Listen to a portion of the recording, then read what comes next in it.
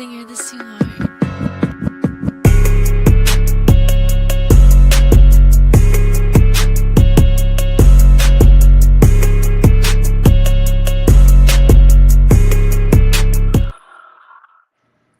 It's a great day, sports world. What's up to all the sports lovers, the haters, the addicts, and the fanatics out there? This is Larry Patterson with GT365. That's Game Time 365 Sports right here on the GTSN. That's the Game Time Sports Network. It is Super Bowl Sunday. It is the Sunday that we all been waiting for. Lamont, how you doing today, my brother? Happy Super Bowl Sunday to you. When we started 32 teams in 32 days back in the summertime, we were predicting the teams to play in this moment, this day right here. Now we're here, and who would have had the Seahawks and the Patriots in the Super Bowl? Um, Maybe a handful of people. I know we didn't, but uh, happy Super Bowl Sunday to you. How you doing today, my brother? I mean, I'm doing all right, man. Last game before the off season, so you know how us diehards are, man. This is like a farewell and see you in a few weeks. So with free agency, but I'm doing good, man. I'm excited for this game, and I can't wait. Yeah, this is a big one right here. I'm not gonna I'm not gonna go on the pity train. I'm not going to talk about how my Broncos supposed to be in this game. I've shared my frustrations to you off of the camera in our chats. I've fussed about it enough. Um, how did you first of all, let's talk about this AFC Championship game, NFC Championship game, the turn of events that happened with the first half, and then all of a sudden the snowstorm in the second half. And my frustration is with Sean Payton, not kicking the field goal, and then not paying attention to the weather report in the second half. Um, I didn't like that, uh, but we're not gonna go on too much about that. Yeah, can you hear me, brother? Yeah, yeah. You can hear me? Yeah. I mean, I know you feel a certain type of way about it. Larry, check your phone right quick. I know you feel a certain type of way about it, man. But there we go. You back. I lost you for a minute, but it's just one of those things that hey, kick the field goal, go up 10-10, and you never know. You know, I seen Pat Sertain say, "Hey, man, should have paid attention to the Weather Channel a little bit." But I mean, that's football weather, man. I mean, you win some, you lose some. It's unfortunate that Bo Nix wasn't there, but I feel like the game was for the taking. But hey, here we are, Super Bowl Sunday, Seahawks versus Patriots. Denver Broncos came up one game short, so I mean, hey, we move on and we'll be ready for the Broncos will be ready for 2026 here in a few weeks. Free agency starting, the offseason start in a couple weeks. So And what's your thoughts on so Drake May getting into his first AFC Championship game in his second season? Remarkable.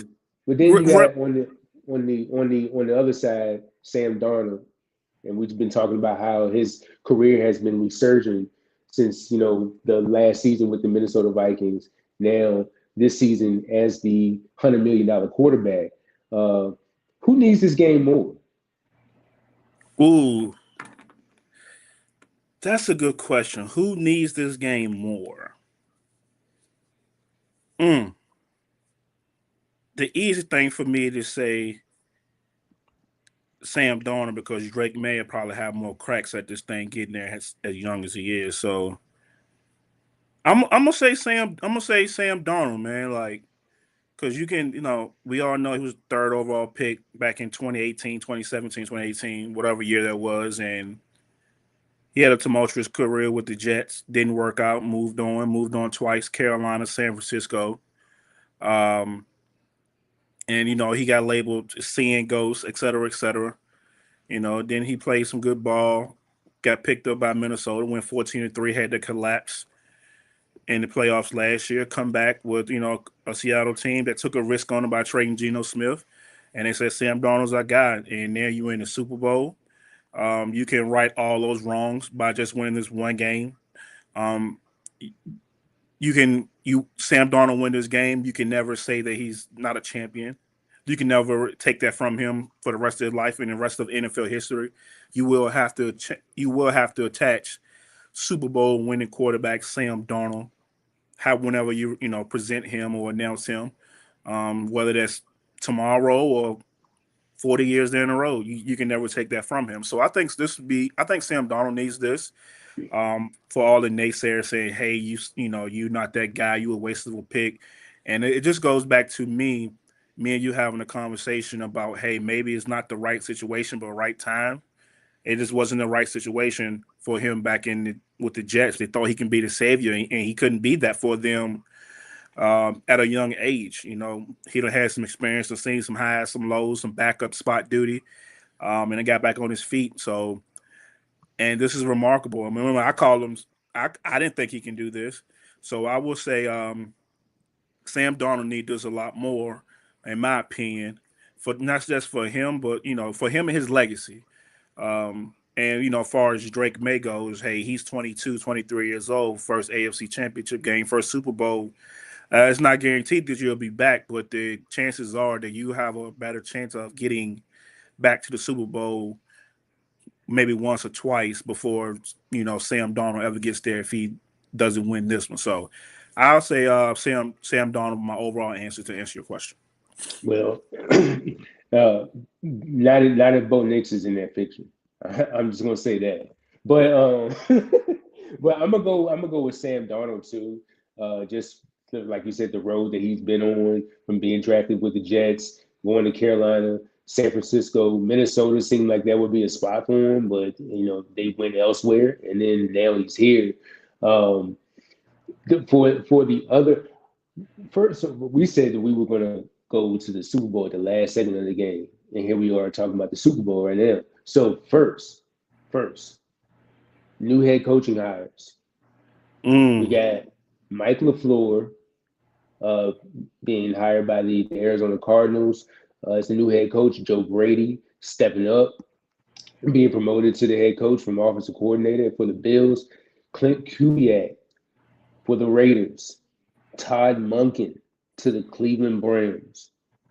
I gotta ask you, since since you are the Raider fan, how you feeling about the Clint Kubiak hire?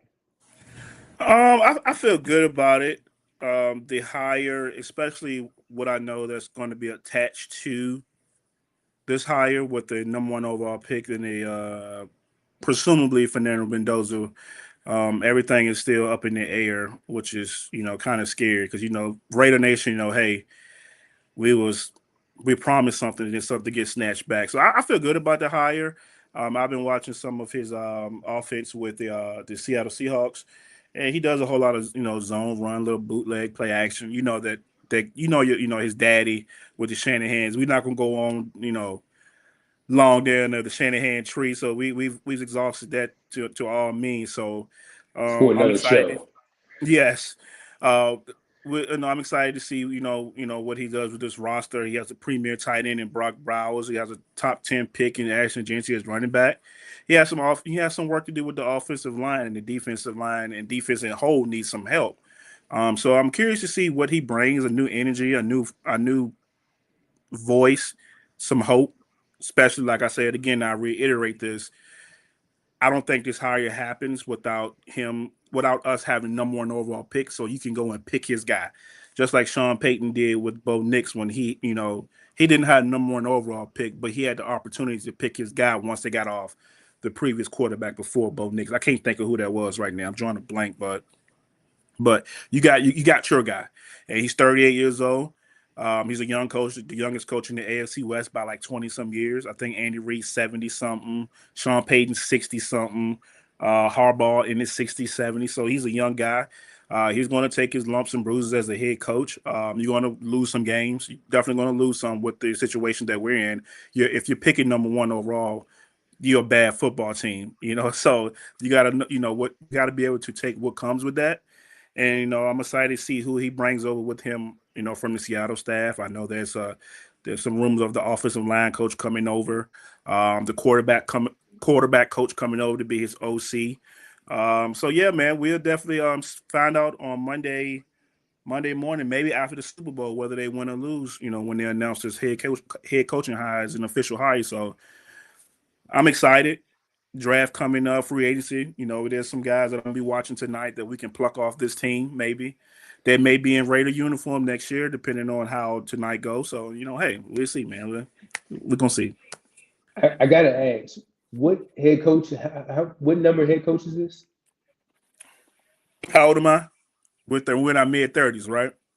Yeah. Late 30s. You can add probably two more. So we'll probably been through about 10, 15 coaches in the last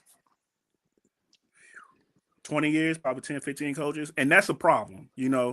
I know we talk about it all the time. It's an issue that you don't have that stability from front office. You're never going to win anything. Just for example, look at the Kansas City Chiefs. They've been had the same front office since God knows what. And they hitting on players. Mahomes. You hit on Mahomes. You hit on Kelsey. You hit on Chris Jones. The all pros. And look at Philadelphia Eagles.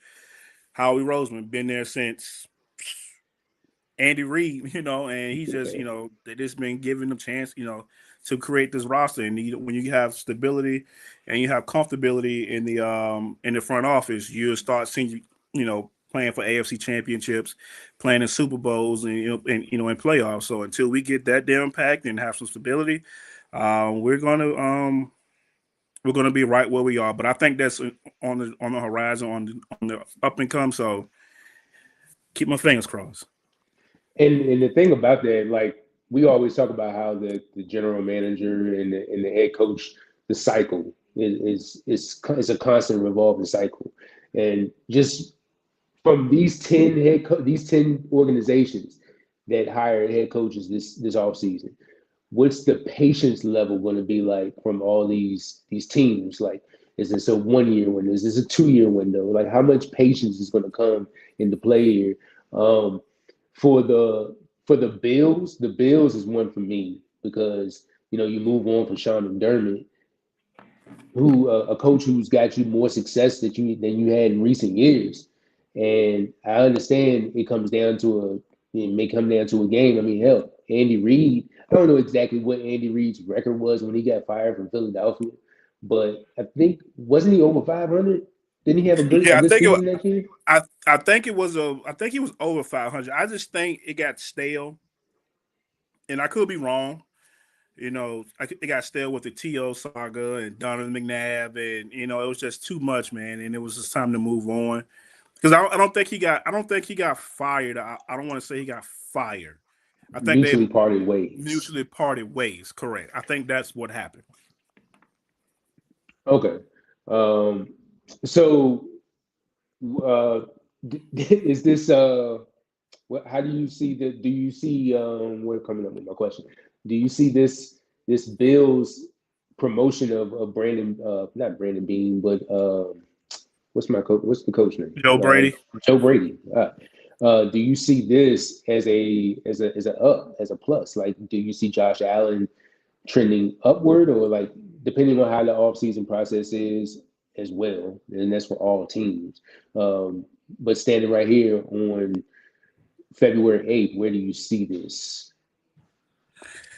I don't know, man. I'm torn about it. Me, I'm a big Joe Brady guy. I always talk high about Joe Brady. Talk high about him. I know this is hard for me to say, but it's simple at the same time. We know Josh Allen is so great; he can't do it by himself. What is Joe Brady gonna do as far as pieces around him? You got Khalil Shakir. You got I love Kincaid and Knox. I talk about them all the time. Are you gonna get him a number one? Are you gonna get him an AJ Brown? Or are you gonna go give him a Stephon Diggs type like he had before when they played Kansas City in the AFC Championship game a few years ago? Are you going to do that again to get him to where he needs to be? Yes, we know he can take off with his legs. He got a dynamic back in James Cook, solid offensive line. So the big questions for me for Buffalo is, hey, who's gonna run the defense? How are you going to improve the run defense? And what type of number one receiver are you going to bring him? Are you going to bring him, like I said, AJ Brown?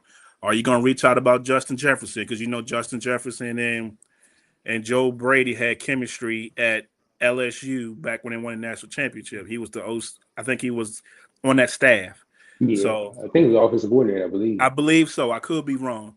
So those are the questions that I do have for Buffalo this offseason. So I mean, I ain't saying they're gonna trade for Justin Jefferson. I'm just throwing it out there that hey, he could be on the move. If somebody throw you a king's ransom and say, hey, if I want to get to the next level, how Les Snead said, F these picks here. Take these picks and go get Justin Jefferson. So that's what I'll be looking for with the Buffalo Bills. Okay. We got my guy Rob. Okay. We got the bad guy. The bad guy. What's up, man? Happy Super Bowl Sunday to you. Yeah, happy Super Bowl. I ain't gonna be able to watch it too much because I'm unfortunately taking on a bunch of aspects of life today. So unfortunately, it's gonna be hit and miss. But I'll be listening. I'll be watching. Absolutely. So Rob, there's 10 head coaching hires this offseason. We already went over the first 6. The next 4 got Michael LaFleur, Clint Kubiak, Todd Monken, Joe Brady. Which of these coaching hires means the most to you, and which team do you see standing right here this day where you see has success going into next season? The Cleveland Browns. I say that, and I say that because look, they already have the defense. Here's the problem with Kevin Stefanski. I don't think he ever fit what Deshaun Watson was going to bring to the table. I don't think that he was ever going to I don't think he was going to fit what Shedeur Sanders brought to the table. Deshaun Watson comes back next year. This is his career right here. This is everything. Now, we don't know if Shedeur is going to start over him, etc. But when you have a guy that makes $230 million, you're going to give him another chance, especially when everybody blamed the situation on Stefanski. And we have a case study because you look at Baker Mayfield. Baker Mayfield leaves that situation, goes to the Rams for a little bit, goes to Carolina, then he goes to Tampa. Even though he hasn't had the success that you want him to ultimately have and win in a championship or get into an NFC championship game, he's had success. So I think that a guy like Ty Monken, look what he's done with Lamar Jackson. I think that people just look at Ty Monken, he's this old guy. No. Look at Ty Monken from this aspect. How many national championships has Georgia won since he left? None. And how productive and great has that offense looked since Todd Monken left? When he had Brock Bowers, that was exactly Monken right there. So. Exactly. So look at the tight ends they have in Cleveland. They got Njoku and they got that young guy out of Bowling Green who I said should have been a first round pick. I believe is Fannin, like 6'5", 6'6". Yeah. So they have the weapons at tight end. Okay, you're gonna get if you can't get a running back in this year's draft, then I feel sorry for you. They're gonna get a running back. They already have Junkins, they can have their thunder and lightning, etc. You have Judy. You can bring in another receiver. It's not. Hey, look, guys, it's not like Baltimore had the greatest receivers in the world. It's not like Baltimore had the ultimate 1 and number 2 receiver. Lamar Jackson just did great things, and I believe that style of quarterback, Tom Monken can go into Cleveland and do some really good things. Just not a fan of Kevin Stefanski. I think that Cleveland is that team with that defense that you're going to have to watch. Because really going into next year, guys, the Pittsburgh Steelers, we don't know what they're going to look like, okay? And you look at the Cincinnati Bengals. The Bengals are about 5 minutes away from having a catastrophe. You're about 5 minutes. I'm serious. I'm not being funny here. You're about 5 minutes away from Joe Burrow getting traded. You're about 5 minutes away from Jamar Chase demanding a trade. Okay, it's starting to look like '90s Bengals all over again. We got to stop. We got to stop bull crapping the situation in Cincinnati. It's not looking good. I know Joe was hurt for most of the year, but even when he came back, they didn't look good. And then you look at the Ravens. We don't know what they're going to look like. We don't. I think that they'll be one of the top teams in the AFC North. But I think with Cleveland's defense and then with them bringing in Tom Monken, that's the type of team you have to watch. You know, they had some stinkers this year, but they also had some games where you're like, hey, man, this Cleveland team can be pretty good if they have the right leadership. And I believe Tom Monken is a better leader than people give him credit for. Why do you think Harbaugh is trying to fight so hard to get into New York? And what is Harbaugh going to look like now when he doesn't have Tom Monken? Because without Tom Monken, are we really sure that Harbaugh can go in and really get the job done? Because with Tom Monken, he had two times he had an MVP, and he had an offense that looked pretty daggone good. It's just that the head coach wasn't. Kind of went away from that running game. Yeah, and listen. He kind of went away from the running game, and I get that and I understand that. But when you have the MVP and you have a coach who sometimes doesn't have the best clock management, I'm just saying. I mean, clock man. You know. Go ahead. No, I'm not. Go ahead. My mother-in-law was saying, Rob, he's speaking facts. She's a Shedeur Sanders fan, so she's really rooting for the Cleveland Browns. And can I say something on that? Shedeur does not see. This is my problem with today's fan, this microwave society. Shedeur doesn't have to play next year. Shedeur can sit and wait. He's a 5th-round pick, guys. He doesn't have to play. Tom Brady didn't play his first 2 years. He doesn't have to play right away. He can sit and watch. He can learn. He can become a better quarterback. He can become a better leader behind the scenes. You have to put Monken with Watson and see what you have to complete that investment. If he doesn't do it this year, which I'm giving him 50-50, maybe 60-40 that he doesn't, then you go to Shedeur in year 3. You continue to stockpile picks, and that's how you build the football team. But Shedeur doesn't have to do anything. All Shedeur needs to do is sit back and learn. He's a young guy, yeah. Rob, what's your take on the Raiders hire with Clint Kubiak?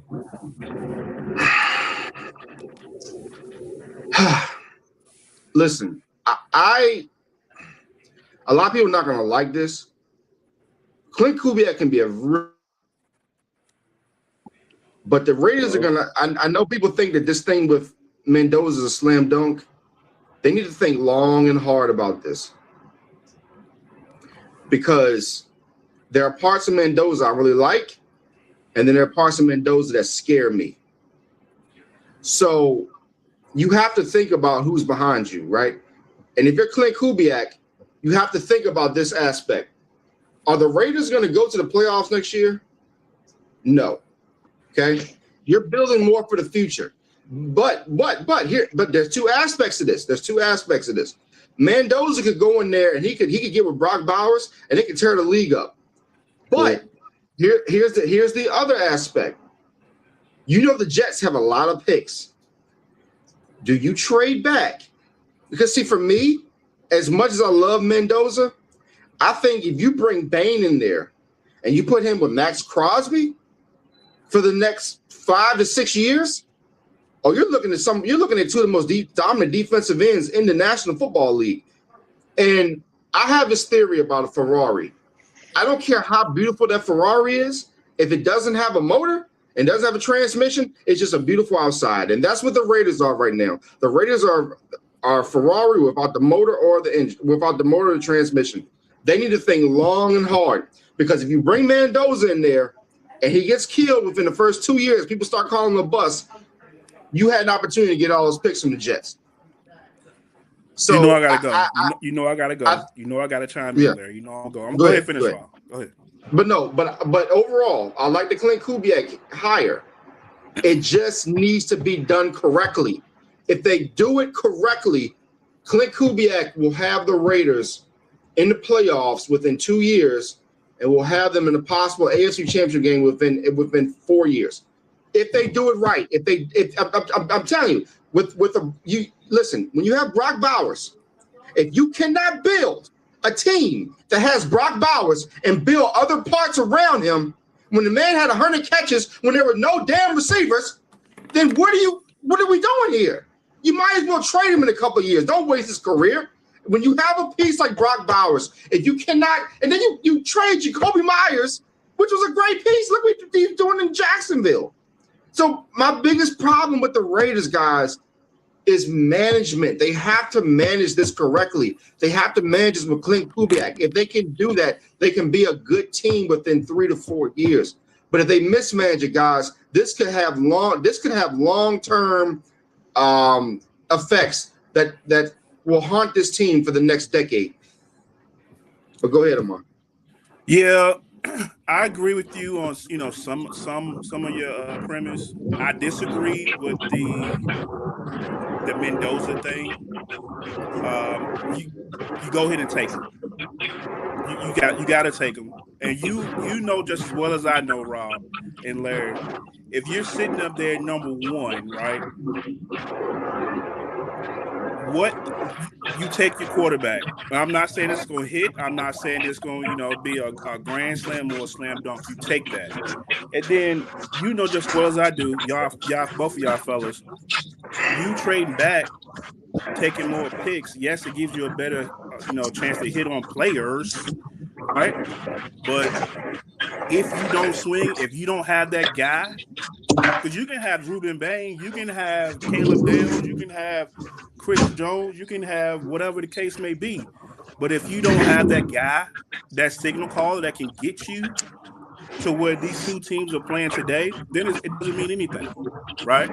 It doesn't mean anything. You can trade back. If we got Ruben Bain, whatever, Ruben Bain, another quarterback or whatever, Ruben Bain, another draft pick, whatever. 3 years later, Mendoza have been to 3-4 Super Bowls straight. Ruben Bain still, trying to be an All-Pro. You just got to have that guy. And number two, I feel like, Rob, you're right. Clint has to come in and build around Brock and Jenkins. We know his wild zone bootleg stuff is super key to what he do. He has to bring some of his guys in the building, and he has to change the culture. It's not for me with Mendoza. If we take Mendoza, which we will, it's not going to be on Mendoza. It's going to be on the franchise to put stuff around Mendoza to make him more successful. That's the way I feel about it. The pressure's not on Mendoza. The pressure's on Spatek, Kubiak, Brady, Mark Davis to get it right by him. Because Mendoza is a program changer, and he's proven that twice at Cal, and it took an Indiana team that is the worst FBS football team in college history. They're program changers. Now, I'm not saying he's Matthew Stafford. I'm not saying he's Mahomes. I'm not saying he's Josh Allen. None of these guys that you see playing, they get MVP votes. But when you can change programs, that says a lot of that says something about you as a person and as a player. And I just feel like. Do you worry about the RPO game though? Do you worry about his reliance on the RPO game? Because here's the thing. A lot of people don't give Indiana credit for the amount of talent they had. That was a talented football team, a talented offensive line, talented receivers, talented running back. They had a lot of talent on that team. And there were times this year you looked at Mendoza and you're like, man, he's a really good quarterback, but there's times against certain teams, like against the Iowas and the Penn States, and you kind of sit back and you wonder a little bit. Yeah, but here's my counter to you, Rob. Do I worry about the RPO stuff? No, because I seen him do what he did this year at Cal last year in the pro system. I seen him do it. And then for this Indiana team, they're talented players, right? But you know just as well as I do, Omar Cooper, he's not starting for Ohio State. The other receiver, he's not starting for Ohio State. It's not like he's throwing to 5-star guys. These are transfers from JMU, which is a powerhouse where they were. They're not 5-star guys, and he's out here doing this. That's my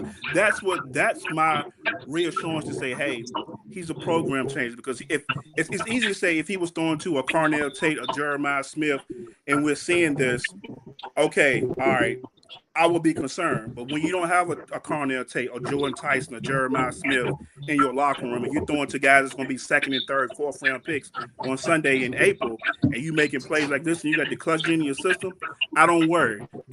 When I saw that in the Big Ten championship, versus Ohio State can make clutch plays after clutch play after clutch play versus Iowa versus Ohio State versus Penn State. I seen what I needed to see. If he had, but it's all about fit though. If True. he had But it's all about fit. at So Indiana, if he had 5-star athletes at Indiana all across the board, I would pause for concern. He didn't have 5 stars in Indiana. He didn't have 5 stars at Cal, and he's out here producing. True, but I'll say this. True, but go ahead. True, but I'll say this: 5 stars don't always mean they're a great player. You know, Absolutely. Sometimes it's about fit. Sometimes it's about fit. You say we don't know what Mendoza would look like if he was at Ohio State. He may look like a totally different player. It may have been worse because the system in Indiana fit him the best. You know, I'll also say you look at Julian Edelman. Julian Edelman was not a 5-star recruit, nowhere near it. But right now. Yes, Megatron is in the Hall of Fame, but who made bigger catches? Who made better catches in the National Football League in clutch situations? When the chips was on the table, absolutely, Julian Edelman did, especially in the Super Bowl. Exactly, but and that's what I'm saying. We don't sometimes we look at the stars and if you look back a lot of college football teams, there have been a lot of college football teams that have been built on 3, 4, even 2-star guys that slip through the cracks. So. I'm going to give it I'll wrap it up with this. I'll give it a 50-50. The Raiders have to think about it. I think they still have to think about it. Mendoza can be a generational quarterback. Not saying he's not.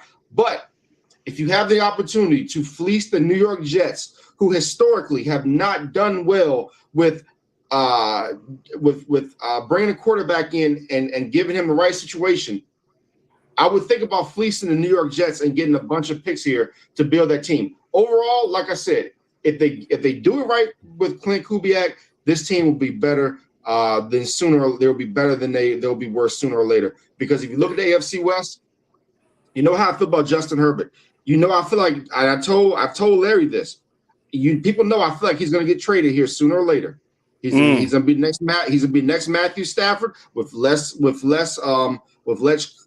plus gene, because I feel like Matthew Stafford is a better quarterback, tougher, etc. The Denver Broncos are going to be around. The Denver Broncos are going to be around for the next 10 years. The Kansas City Chiefs' fall from grace has started. So the Raiders can only go up from here. So yep. And I'm gonna say this, Larry, then we're gonna move on, because I know Rob, you're a busy man. I would only go 50-50 a lot more if Dante Moore was in this draft. But not a Dante Moore fan. Not a Dante Moore fan. Not us taking him. But I'm saying I would be with you a little more on 50-50 by trading a pick. Only if Dante Moore was in this draft. Oh, I agree with you. I totally agree with you. I would not take come up to get Mendoza. I think I think the argument of Dante Moore versus Mendoza was absolutely. I don't think they'll use the word stupid, but stupid. Dante Moore for me is not a top 10 pick. I think a guy like Dante Moore, if let's say next year he got drafted to, I think he's more of a project. And not saying that he's not good, but I think that he could get drafted. I think him getting drafted in the 20s, for example. Let's just say next year the Philadelphia Eagles say, "Hey man, we're getting tired of Jalen Hurts guy. We may trade him." Let's say the Eagles trade him and draft him in the late first round, maybe it's early second round, or the Kansas City Chiefs say, this Patrick Mahomes guy getting a little older. I think that if he's in a good structure, but him in a top 10 pick going to the Raiders or the Jets, that's not a good situation. Not a good situation at all. Rob, the Cardinals don't currently have a quarterback right now. I mean, they do, but I think Kyler Murray is more on his way out of the building. With Mike LaFleur coming in, who is that quarterback? Where will he go as far as that quarterback? Will he go for a veteran or a stopgap guy until like 2027 gets here when you got more quarterbacks coming in? Or does he go in this draft? So what they need to do, they need to trade Kyler Murray to Minnesota, where I think he will flourish. Too many injuries, but I think Kyler Murray in Minnesota with those receivers, because they got to do something in Minnesota, because if they don't, Justin Jefferson will be traded by next offseason. I think you go with Jacoby Brissett. Okay, you go with Jacoby Brissett. trying to think of some of the other guys. There are a couple of quarterbacks in this draft. In fact, you know what? I'm gonna tell you like this: if I'm Arizona and I'm in the second round, I go get Ty Simpson from Alabama because I don't think Ty Simpson is a great quarterback, but I think under the right leadership and under the right direction, I think he can be one of those guys that comes into the league and can give you something, especially when you have Marvin Harrison Jr. and you're going to probably have to go get another receiver.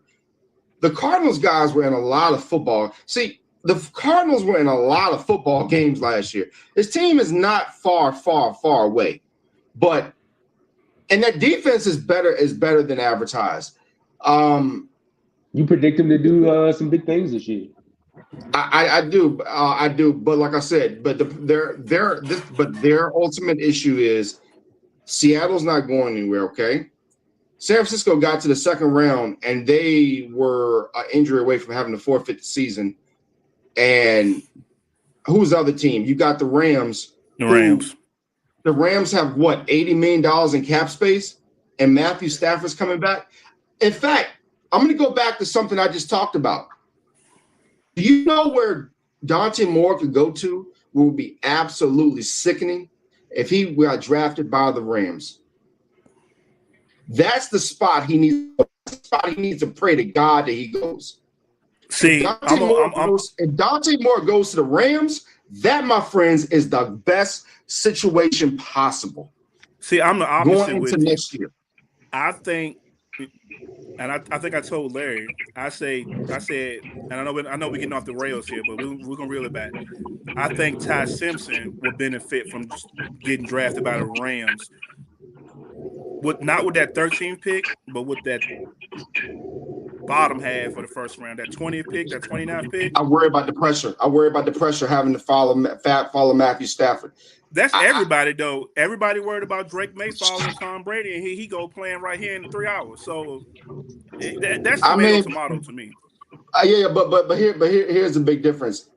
I think Drake May last year, the Patriots were in some ball games last year too. The problem with the Patriots is that Drake May. Okay, we can't say that he's completely followed Tom Brady. Yes, he had a great year, 31 touchdowns with 8 interceptions. But that defense is what really got that team through. Now, if he puts on a huge performance tonight, yes, he completely passes them.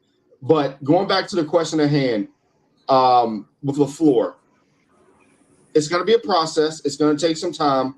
This is one of the toughest divisions. This guy is probably, and I'm not trying to be kid here, it's probably the toughest division I've seen since probably the 1990s NFC East and probably the late 90s, middle 2000s AFC Central, when you had Baltimore, Jacksonville, Tennessee, Pittsburgh, divisions like that. It was just like, this is a generational division. So they're going to have to find a quarterback, but they're going to have to be patient. Yeah. I would trade Kyler Murray, get some valuable picks, get something from Minnesota, and I would go from there. I would trade that. I think that's the destination, Minnesota. You see what you can get from the Vikings, and then as the Cardinals, if you want to bring Jacoby Brissett back, that's fine. He was a good bridge quarterback. He's always been a good bridge quarterback. And then you can have a situation where you improve that running game, and then 2 years from now, that's when things start to really flourish for Arizona. And then Rob, you got anything you want to add about? No, go ahead. I thought you could explain. And then Rob, we got one more quick one. Is this the promotion of what is my man's name? Joe Brady. Joe Brady. There's the promotion of Joe Brady. Is this a good thing, or could it be a bad thing for the Bills going forward? Considering that they did fire the coach that gave them recent success. I'm gonna be very dark when I say this. This is reminiscent of me. This is very reminiscent of me of the Carolina Panthers in the late 2019s. Josh Allen had an opportunity this year to get to the Super Bowl. The best opportunity he's going to have, because trust me, the AFC ain't going to be like it is. The AFC next year ain't going to be like it is now. Houston's only going to get better, guys. Some of these teams out here, Jacksonville is only going to get better. That division is only going to get better. The Patriots are here. Eventually the Jets are going to get it right. Eventually the Dolphins are going to get healthy. And that defense is going to, rise up. Now offense is going to – in fact, the Dolphins beat them this year, guys. The Dolphins beat them. Think about that. No Tyreek Hill. They beat them. In fact, they should have beat them twice. Josh Allen has got to stay healthy. They did what was comfortable. And guys, in any walk of life, when you do what's comfortable, what ends up usually happening? You never get to where you want to be. You just be stuck in limbo. And Brian Flores should have been the head coach of the Buffalo Bills. He would have made things very uncomfortable for a lot of people. Yeah, but why? I'm 32 owners in the league. Why am I hire you and you trying to sue us? Yeah, I'm not doing that. You're not doing it. But why not? Why not? Because he made Tua uncomfortable. Because he pissed his pants. No. He was just early on Tua. That's all that was. He was early. He had the right thing. He listen. I still think Tua can play in the league. I just think he just needs to get out of Miami. But I mean, I think Flores would have been a good coach. The Buffalo Bills need a kick in the ass, guys. The Buffalo Bills need a kick in the ass. You know what they did? They made things comfortable for Josh Allen. The owner came out and ran his mouth, and now he's looking like a Jerry Jones 2.0. or even worse, because I've never even seen Jerry Jones come out and do some stuff like that. The press conference he had was damaging to that franchise. Bottom line in the story, it was damaging to that franchise. Stephon Diggs in the Super Bowl, guys. Stephon Diggs in the Super Bowl. And look, I know a lot of people don't want to talk about it because a lot of people are Josh Allen guys, especially on the mothership ESPN. Stephon Diggs is in the Super Bowl, guys. Stephon Diggs has taken many mediocre quarterbacks to NFC Championship games. Remember he took Case Keenum? But hey, look, Stephon Diggs was the problem, right? No. When are we going to start looking at our guy Josh Allen? Why did he want to make a better hire? I mean, what's going to be the difference? The offense had bad moments most of the year. Guess what? James Cook is in your backfield. Hand him the football. Me and Larry talked about this many times. James Cook was the reason that team won a lot of football games. So Joe Brady with his ego, what's he gonna do now? He's gonna have Josh Allen throw the ball record number of times, try to win MVP, and guess what? It's gonna hurt the football team. I don't like the hire. Do I think that Buffalo was gonna stink next year? No, I don't. But do I think they're gonna take a little bit of a drop? Yes, I do. Especially when I start looking at the schedule. If they have a tough schedule next year, Buffalo has started showing cracks in the armor over the last couple of years. And guess what? You changed nothing. You had a guy who came into your building after you had not won a playoff game in 17. You haven't been to the playoffs and won a playoff game in 17, 18 years because you lost in the Music City Miracle. This man comes in, wins 9 playoff games. You let him go, and because of you losing to one of the best teams in the AFC, the Denver Broncos, who, by the way, only lost to the team in the Super Bowl when they had a backup freaking quarterback. So that's how good that team was. But yet and still, you think you're the Buffalo Bills, who never won a championship in your history. Who the hell do you think you are? And what pisses me off even more is you didn't win jack for 17 years. We can talk about the Cowboys, the Dolphins, all these teams ain't been in it. When the last time the Buffalo Bills been to an AFC? When the last time they even been to a Super Bowl? It's been a long time. When's the last time they won a Super Bowl? They've never won one. I get it, guys. I get it. I get it. Josh Allen is a public darling. I get it. The Buffalo Bills are the lovable losers. But when you don't make things uncomfortable, things get very uncomfortable very, very soon. And I think that's what's going to happen in Buffalo. Just my opinion. Rob, we got the big game tonight. 21-17. 21-17 New England. I got Marcus Jones, special team punt returner, winning MVP. The reason I say that is because this game, guys, is going to come down to special teams. Also, Do you realize that Sam Darnold is, I think, 0-4, 1 touchdown, 9 interceptions against the Patriots all time? And that's the top. That's the top. Hey, listen, we can joke about it all we want to, but when he's seen that team, he's thrown 1 touchdown and 9 interceptions. Guys, stats like that just don't happen just to happen. Okay? And yes, he has Jackson Smith and Jigba. Really good receiver. He's got Cooper Kupp. But the Patriots got Christian Gonzalez. The Patriots got a defense that's been taking the ball away from teams all season, all playoff long. And guess what? The Patriots will hit you. So I'm gonna make it very simple. This game is gonna go 2 ways. Either the Patriots win it close, or the Seahawks blow them out. I'll tell you like this: if they don't turn Sam Darnold over, the Patriots are in for a long night. Drake May, you gotta hold on to the football, sir. But again, my big aspect of this game, guys, is special teams. You look at both teams and how good their special teams are. We're in for a treat tonight. We're definitely in for a treat. But if the New England Patriots turn this ball over and they start giving up special teams plays like they did against Green Bay in the 96-97 Super Bowl, they're in for a long night. But I think the Patriots overall will come in. I think the whole thing about them being underdogs has been one of the stupidest things I've ever heard. This is a really good football team. Look who they've beaten. They beat the Chargers. They can talk about the injuries all they want to, but they beat the Chargers. They beat the Texans, who were like one of a 9-10 game win streak, just dominant. Yes, they're missing Nico, but still, that defense was still balling out, and the offense played really well. And then they go into Denver. I don't care if it's Bo Nix. I don't care if it's Stidham. I don't care if Troy Aikman comes out of retirement. I don't care if it's Joe Namath. To go into that snowstorm and to weather that Broncos defense, which was absolutely dominant, leading the league in sacks, terrorizing people all year, to have the balls to go in there and you can put your thumb down on all you want to, but that defense was dominant. It's one of the best defenses in the National Football League. Yes, they had some close games, but guess what? When the Broncos were locked in defensively, nobody wanted to see them. Nobody wanted to see them when they were locked in. So bottom line, I have the Patriots winning tonight 21-17. Marcus Jones, if I have his name correct, Marcus Jones, the punt returner for the New England Patriots, my MVP. He gets a punt returner too.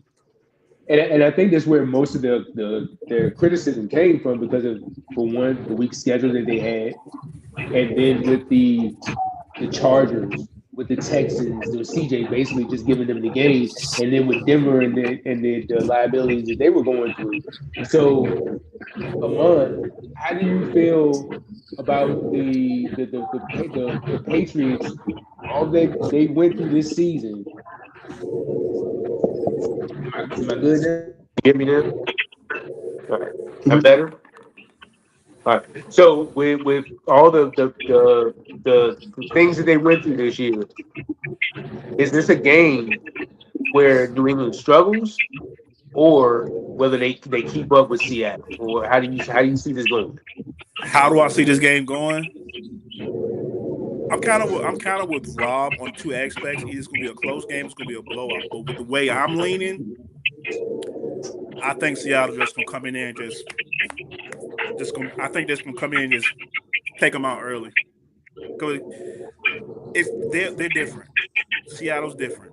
Are you putting no stock, Amon? Are you putting no stock in the fact that this Seattle team, I mean, the Sam Darnold, whenever he's seen the Patriots, it has not been a good situation. Oh, no, I gotta get going, guys. By the way. 21-17. Hey, thanks a lot, bro. I gotta get going, guys. Appreciate it. See y'all. Catch y'all later. Peace, Rob. All right, bro. Yeah, but to answer Rob's question, I'm not putting no stock into him playing Seattle. I mean, playing New England four other times. No, because we all know what I say at the beginning of the show. He's in a different environment now. Different players, different energy, whatever. So I think this game is going to be a dominant Seattle game. I just what I seen in that NFC Championship versus the Rams, it was like these boys on another level. You know, nobody picked them to win the NFC West. Nobody picked them to win the playoffs, and everybody's healthy. They're missing Zach Charbonnet. Just imagine if he'll be there tonight if he was there playing. Sam Darnold's playing good ball. JSN, Cooper Kupp, the tight ends, your guy AJ Barner. You know, he's dangerous. The offensive line got 3 first-round picks on it. Witherspoon, Reed, Kobe Bryant. Hey man, this game, and this is gonna remind me there. And Larry, when I say this, I don't mean no disrespect at all. I think this has the potential to go the way that Seattle beat Denver back in 2013, where it can get ugly real quick. First quarter, Where you at? and yeah, I know. And think about it. And to me, I feel like one thing I'm gonna watch tonight is the explosives. Shaheed, JSN, Kenneth Walker. They're gonna explode. Do you have faith in New England's weapons exploding? No, not really. Diggs not gonna blow by you. But they can. They can, Butte. they can, but I just feel like Seattle can explode in many different ways, whether it's a kick return, punt return, because you got Shaheed back there. He liable to go crazy at any moment. He can take the top off. Like I said, like Rob said, they got Marcus Jones. He can do the same thing as well, but I feel like they're a little more dynamic on offense than New England. They got Travion Henderson. Don't get it twisted. I was just about to say it. I Don't was get just it about to say twisted. Don't get it twisted. There, they can do some crazy stuff with Travion as well, but I just feel like that Seattle defense is going to just, you know how you just put that chokehold on and it's going to choke them out, man. That's my opinion. Now, watch me end up being wrong and it be New England to do all this, I'm saying, but I give my score at when we get to that point. And it's not like Drake May has been taking care of the ball, like talking about. It's not like he hasn't turned the ball over. So I definitely give with you give with you at that point. Plus with that defense on the other side, DeMarcus Lawrence is playing out of his mind, bro. You know, Byron Murphy playing out of his mind. All the rest of the defensive line playing out of their mind. It's just going to be so much of a good matchup. How that matchup is going to be with Seattle's defensive line, Seattle's defense period against New England. How will Will Campbell fare out? You know, I think I showed you the video of the one-on-ones between him and Nick Benito in the AFC Championship game. And yes, he was beat, but he also was holding his own. Hmm. So I know that when we talked about this in the last episode. How do you feel? How do you feel like that Will Campbell will fare out, or how he will match up against this strong defensive line? I mean, he's been playing strong defenses in the postseason for 3 straight games. I This think, one seems. Go ahead. yeah, I Well, think he'll hold on. fail. Go ahead. Go This ahead. one seems like the three-headed monster. You know, like the monster of all monsters before you kill the big monster. That's what this just seems like. So how do you think he will fare out in that? Yeah, I think he'll fail well. Um, they're going to give him some help like they did in the Denver game. Um, and he's going to be going up against Boye Mafe. You know, I expect to see Leonard Williams out there a little bit on him. A little bit, just to get a different look. You know, he's predominantly an inside guy.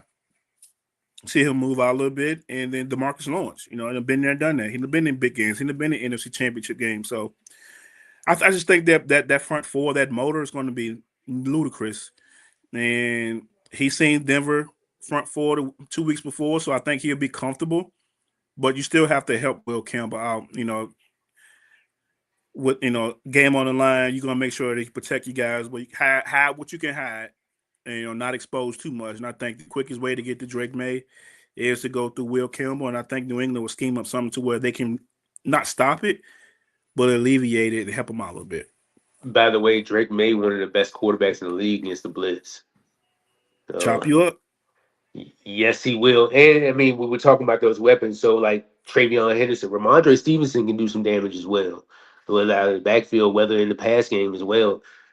Yep. Stephon Diggs, Keyshawn Butte. Don't forget about Kyle Williams, the rookie, who can come through in spurts. We haven't even got to the tight ends and Hunter Henry and Austin Hooper. So like they have weapons too, but if you're looking at the overall dynamic of things, like Seattle looks like they got more of dynamic weapons over there with JSN and then Kenneth Walker. Kenneth Walker going to have to get a double sized load tonight.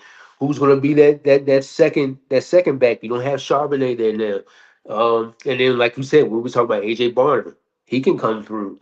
And then, oh yeah, Elijah Royal. I feel like it's going to be one of those receivers that you don't every playoff or game or every Super Bowl, you always find that one player you haven't heard from during the season, and like they just showing up.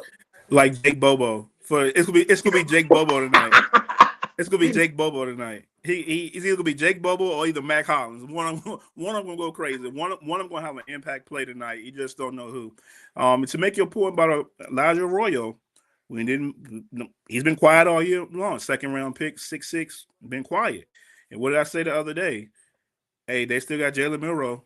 Will we see his face at some point tonight? I don't know what, but that's a wrinkle that New England has to be ready for, just in case he do come in the game on a whatever. Yeah, but the key for me is going to be who's going to follow. You can't let Stephon Diggs beat you. Can't let him beat you. So where you put Witherspoon on him, Ooh, you can't let Stephon Diggs beat you. You that can't. toasty matchup right there, man. Yeah, that's a good one. Spoon a dog. Spoon ain't running from Yes, nothing. he is. He ain't running from nothing. So if you guys let anybody besides Stephon Diggs beat you. And one more thing, what is the Seattle Seahawks defensive coordinator going to do with Nick Emanwari? 6'3", 225. What Is are he you going to do playing? with him? Yeah, he's playing. What? Yeah. His mama said What? he was playing, so he playing. So he playing. He playing. So what? He's a piece on defense. What are you going to do? You gonna put him in the slot? Is he going to cover tight ends? Is he going to drop down and be a robber in the cover one? What are you going to do with him? I don't know, man. But Diggs versus Witherspoon, that's going to be a treat. And Nick Emanwari, that's going to be, what are you going to do with him? And for New England, how are you going to stop the explosion? How can you stop Travion from getting loose? Because they're going to get him a screen pass or two where he's going to get busy. It's just what he do. What are you going to do to stop, him? And like you said, can you stop Keyshawn Butte from getting over top? Kyle Williams, Mac Hollins make a big play. Drake made with his legs. What are you gonna do? So it's a good chess piece tonight. I think one player we haven't really touched on. I think you might have mentioned him, Gonzo, Christian Gonzalez. Will he follow JSN around all night? Will he cover Cooper Cup? Oh yeah, we got Cooper Cup in there too. Will he follow Cooper Cup? I mean, this it's so many matchups to exploit in this game right here. So with that being said, who's your winner? I thought about this for all of 10 minutes after the matchup was decided. I'm going to take Seattle 30-14. Dominant performance. Seattle 30-14. So you standing on business with the blowout. Standing on business. I'm going to go close game, and I'm going to say New England wins it 2017. It's going to be one of those. And Man, I think their defense is going to be doing what they've been doing, and that's basically just showing up.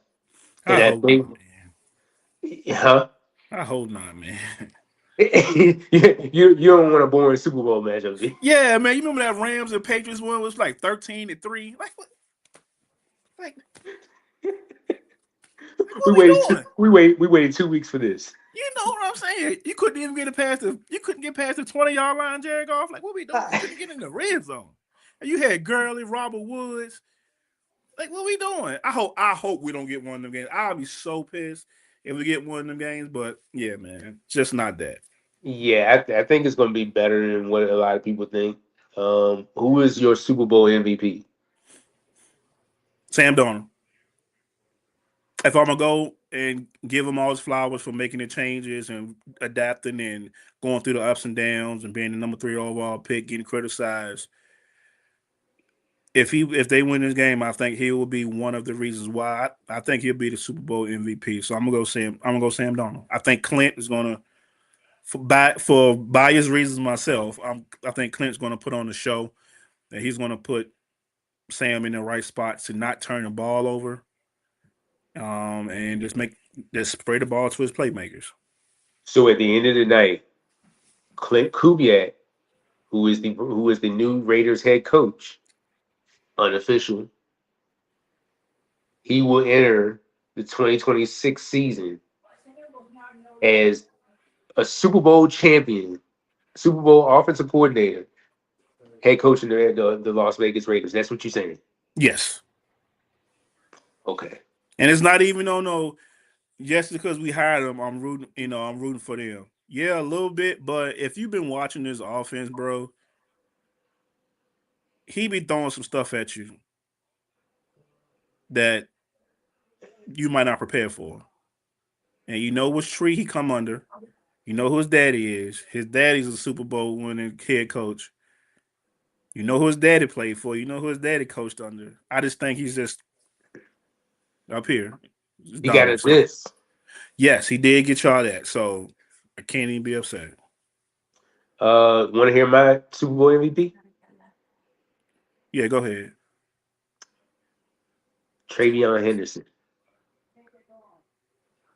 I feel like if he can get at least a couple home runs, and he can go for that home run. Mm-hmm. Go ahead. It's gonna have to be. He's gonna have to score at least 2 times to get the MVP. Yeah, mm-hmm. and I feel like it can happen, but I feel like it's got to come in those home run stretch. So, you got anything else before we head out? We done gave our predictions. We was trying to get Mr. Rowe back in here, but I don't think he's available. But thanks to Rob for coming in and giving his opinion and his expertise on things. You got anything else, brother? No, man. I'm just, I'm happy that this Super Bowl's finally here, but I'm sad it's the end of the 2025 season. Damn. Like I said, some people be going on vacation tomorrow. Some people wake up Super Bowl champion. It just is what it is. Yeah, man. Then for us, we'll go through this. We'll probably have a post game show sometime next week to recap what we saw, and then we'll talk about combine. That's next. NFL draft next. Hey, we might be planning something. Be in Pittsburgh. Who knows? Depending on what the lower blowout way, we might be up there.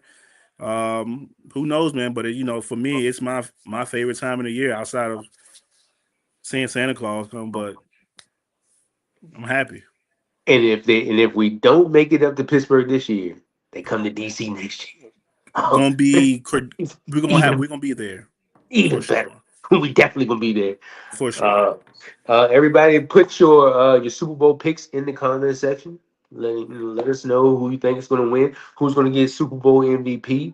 Amon laid his out. I laid mine out. We laid our winners out. Now we got about 2.5 hours before the game starts. And, well, the game, it says start at 6:30, but once you do the national anthem for every country in the world, it's probably be 8 o'clock before the game starts. No, I'm playing about 7. It'll be about 6:45 before it starts, though. So about 7. Yeah, about close to 7. And I promise you, I won't be asleep this time. Because regular Sunday night game, I'm asleep by 8:30. I'm gonna be up for this one. I promise you. Are you sure? No, I ain't making no promises. I was about to say, because if it's a blowout, I don't know. I think you probably be gone. Yeah, it's a blow. I'm gonna go ahead and throw this comforter in the dryer, let it heat up, and I'm going to sleep. I'm getting about here. All right, man. Don't forget, everybody, like, share, subscribe to the channel. Also, put your Super Bowl picks in. Let us know who you think is going to come out on top at the last game of the season for Larry Patterson, for Amon, my guy Amon right there, Mr. Orange Slush, Larry Patterson. It's Game Time 365 Sports. And until then,